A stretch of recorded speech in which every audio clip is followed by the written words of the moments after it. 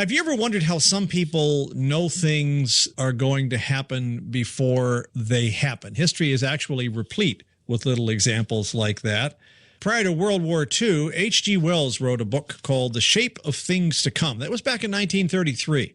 And correctly, he predicted that there would be a second World War beginning around 1939 and originating from a German-Polish dispute, which, if you remember, the whole issue came over the alleged, on the part of Adolf Hitler, assault on a certain number of stations on the eastern border of Germany by Polish troops. We know they weren't Polish troops. They were people taken out of Dachau and dressed up as Polish troops, and the whole thing was staged to justify the invasion of Poland on September 1st of that year. But nevertheless, that was the dispute, so he was right. He also predicted that the modern world state or world government would succeed on its third attempt. Now, this is interesting because at the time the League of Nations was in force, it failed prior to World War II. Then we had the United Nations. So he's, in essence, implicitly indicating here the UN is going to fail. And he said that would be about 50 years later, and it would come out of a conference in Basra, Iraq. Now, that's sort of interesting because he really seems to have hit it on the head. If we look at Sir Julian Huxley, on December 5th of 1941, he stated that he hoped America and Japan would be at war next week. Wow. I mean, there were a number of people who thought that we needed to get into the war, and Japan attacked Pearl Harbor 2 days later, Sunday morning, December 7th, Hawaii time. So a lot of people always seem to know something ahead of time. I think H.G. Wells is always the one that impresses me. Dr. Dennis Cuddy has a new book out. It's called Conspiracy, and it looks at the power elite and those people who run behind the scenes right now. And, of course, the old saying, ordo ab chaos, order out of chaos, which is an Alinskyite principle as well. And people have asked many times, what is President Obama doing? You have to compare these two different statements, the one from President Obama on CBS the morning of the attacks in San Bernardino, in which he said, "We have hardened our defenses. Our homeland has never been more protected by more effective intelligence and law enforcement professionals at every level than they are now. The coordination is much better than it is now. If you look at the number of successful terrorist attacks that have occurred, we have disrupted a lot of them. But the dangers are still there, and so we just have to keep things in perspective. And the American people should feel confident that we're going to be able to defend ourselves and make sure that we have a good holiday season." And I would add after that, kaboom! Someone else wrote here and actually said here on the program a few weeks back, if you recall, Dr. Dennis Cuddy, before the recent Paris attacks, I had written that Islamic terrorists would attack at a sports stadium, and the ISIS Sunnis did that in Paris, if you recall, at the soccer game. Similarly, Dennis said they would attack restaurants from the street. They did. And he wrote they would probably attack at night, which they did. Now, I have a question, Dr. Cuddy. The president has tremendous resources at his command. How is it he's getting it so wrong and you're getting it so right? Well, it's part of the plan. In my latest book called Conspiracy, I have a chapter called Planned Incompetence. And that's what he's doing. He's very good at appearing to be incompetent. But all of these, whether it's attacks, speeches, and so forth, have a particular effect, which is what they want. And that is to make you feel very unsafe when he's telling you you should feel very safe. In that same speech you were talking about, he said the American people should feel confident about the country's defense and go about their lives. So he's trying to reassure us, but then in his speech after the attack, when he addressed the nation, he indicated that he wasn't planning anything new. He proposed nothing new. He kept saying the same thing over again. And when his spokesman was asked why he came with this big speech and didn't say anything new, he just said, well, he just wanted to reassure the people. But that's the type of thing which will not reassure the people. Instead, what happens is, at the beginning of an article I did, which was titled Why San Bernardino, which you were just quoting from, I said it's an evil, murderous act. And so what I'm going to say is not a defense of what the terrorists did, but there seems to be this arrogance, whether it's on the part of Obama or Bush or whoever, that we can do certain things without consequences. For example, if you look back at the Iraq War, the first one, you remember how April Glaspie said it's none of our concern, and so Saddam Hussein goes into Kuwait because they're slant drilling the oil. And then we tell them, well, get out, and they get out, and what do? We slaughter them as they're retreating. Well, there are consequences, and it seems that the American leadership, regardless of party, does not anticipate a reaction to consequences. So all of those soldiers who were doing what we asked them to do, get out of Kuwait, go back home, and then we slaughter them, they have fathers, mothers, brothers, sisters. So what we don't understand is the natural reaction when we intervene in what has been a centuries-old dispute within Islam between Sunni and Shia. Now, it's not always been one side or the other, but recently it's primarily been the Sunnis have been getting the worst end of this. So you have that particular example. Then just before shock and awe came, we thought we knew where Saddam Hussein was. We dropped these bombs. He had just left, but we slaughtered a bunch of people, including little children whose teddy bear was left in the rubble.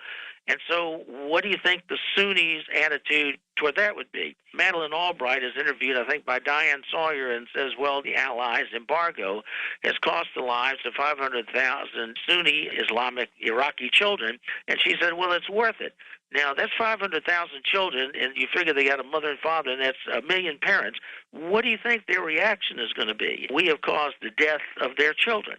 Similar in this current situation. When we depose Saddam and we bring democracy to Iraq, the 40% who are Sunni and are therefore beginning to be oppressed by the Shiites, what do you think their reaction is going to be? So what happens is ISIS comes along, and they appear to the Sunnis to be the only organized effort combating the Shia, who we now seem to be supporting, in that we're supporting the majority population, the Shia in Iraq, and we're trying to make a deal with the Shiites, the mullahs in Iran. And so we do these things which cause a great deal of animosity. And in this particular case, I wouldn't be surprised, now this is another prediction, if we don't find that the motive with Farouk, the husband, and Malik, his wife, who both have Pakistani roots, I'll bet somewhere in their calculation is that we were there in northwest Pakistan and going after jihadists by dropping bombs from 30,000 feet, maybe getting the jihadists, but also slaughtering over and over and over again a lot of innocent women and children too. I'll bet we find out that their motive had something to do with that. But apparently we think because we didn't target the innocent civilians, we just hit them and they're dead and we'll pay you some money and everything's supposed to be okay. Well, if you're the Sunnis, you're not saying it's okay. It's not okay that 500,000 of your children are dying because we're embargoing medicine. It's not okay that we're dropping bombs to 30,000 feet and slaughtering innocent women and children. And so there's this blind spot that we have that we think we can do certain things, including in this case intervening primarily on the side of the Shia, most recently against the Sunnis, and there won't be any Sunni consequences. And that's what ISIS is. ISIS is the only Sunni major organization resisting the dominance now of the Shia in the region, and they don't have a separation of mosque and state. So religion and government go together. So when you come in and you start supporting their mortal enemy, the Shia, then you become their enemy as well. I'm not excusing it, but we don't seem to understand that there are consequences when we get in the middle of a religious conflict that's been going on for centuries. Right. Now, if we had to go to the point of figuring out what they are planning to do, you were talking about would they probably do it at night? We know it'd be a sports stadium. Now, Dan Gordon says these are just really rehearsals for the big event. Something bigger's coming along. Well, there will be a bigger event, but what I have said, a lot of times ISIS had some difficulty recruiting people because in the end, their calculations, including this one in San Bernardino, wind up with the individuals getting killed, which, you know, if they want to be martyrs and have the 72 virgins, and maybe they're into that. But they're also going to start employing strategies where they won't get killed. They'll create a lot of terror, but they won't wind up getting killed. And that means they will do things which may not result in massive numbers of deaths, but it will strike terror all around the country. For example, the reason they would attack at night in locations other than major cities with video cameras is that that would be a way they wouldn't get caught. For example, I had said they would have IEDs, and sure enough, Malik and Farouk had IEDs, about 16 pipe bombs that they had manufactured. It's very, very easy to put those on interstates, you know, and blow up an interstate at 3 in the morning when there's an oil tanker coming by, burning forest between midnight and 5 in the morning. In fact, one of the latest ISIS mullahs, recruiters and all, said you should poison them. They could go into a grocery grocery stores or whatever with fluid and what looks like a fountain pen. And you don't actually have to kill a lot of people to create a massive panic. And what they'll figure in that is, okay, we're not getting too many people. Now, this is a real tragedy in San Bernardino, but it wasn't 3,000 people like the World Trade Center and the Pentagon. But what they'll probably try to do is launch more of what I would call a real terror attack. Now, San Bernardino is the first step in that because they moved out of New York City as a focus of their attention. The benefit to them of San Bernardino is now that people all over the country, not just in a major city like New York or Chicago, will be very, very concerned. The next stage may be more than one place hit at the same time. It could be multiple passenger trains derailed at 3 in the morning, something like that. The point being, you can get a lot of deaths, and you're in an area there's no video cameras, and they're not going to know who you are.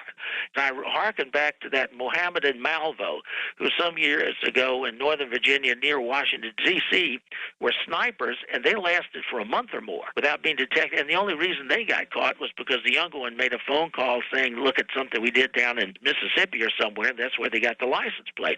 Otherwise, who knows how long they would have gone. Plus, like you were just saying, referring to somebody who says getting ready for something bigger, what they do is what I call probes. About a year ago, what you had was the Da Vinci complex of apartments out in the Los Angeles area, made largely of wood, was torched with incendiary fluid. Why did he just do one? Because it took them 7 months until April or May that they finally found the guy.